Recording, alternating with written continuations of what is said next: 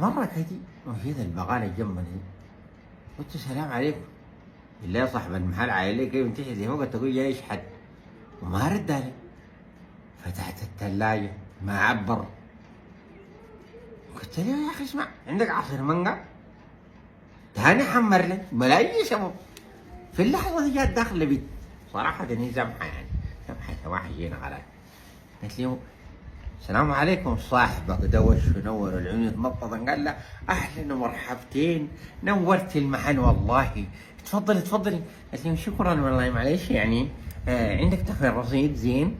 قال لي ايوه موجود بس الشبكه كعبه، انت اديني رقمك واسجله وكنت تصلح الشبكه برسل لك. شكلها كذب من بنات الحله وانا واقف منشعر. لما فترتها قالت لي اوكي سجل عندك 09 رايت تسجل الرقم عافي. المهم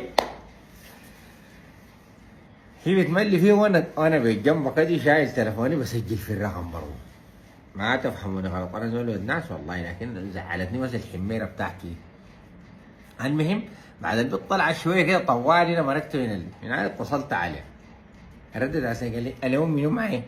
قلت له معاك بتاع البقاله. قالت لي نعم. قلت لها كيف يا اخي؟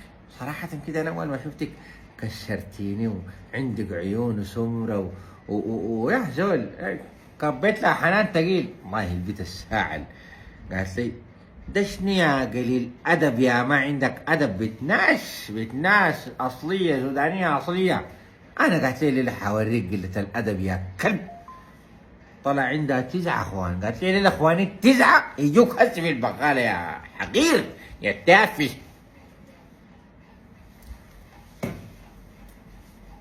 من الدايرة أنا طبعا لي يومين بجي جنب البغالة بلقاها مقفلة